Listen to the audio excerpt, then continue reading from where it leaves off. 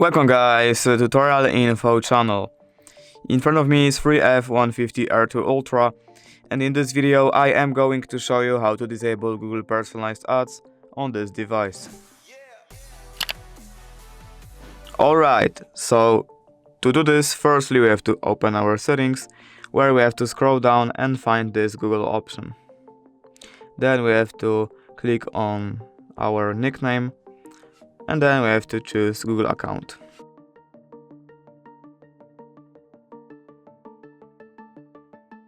Right here we have to open this data and privacy section, where we have to scroll down, and right here in the personalized ads we have to open my ad center. And now wait a second, because I have my personalized ads turned off. Now as you can see, it says that personalized ads are turned on, so now we have to click on this little on right here, and now here we have to click on the turn off and got it. And that's it. That's how you disable Google personalized ads. If you did enjoy this video, leave a like and subscribe. Thank you guys for watching. Bye.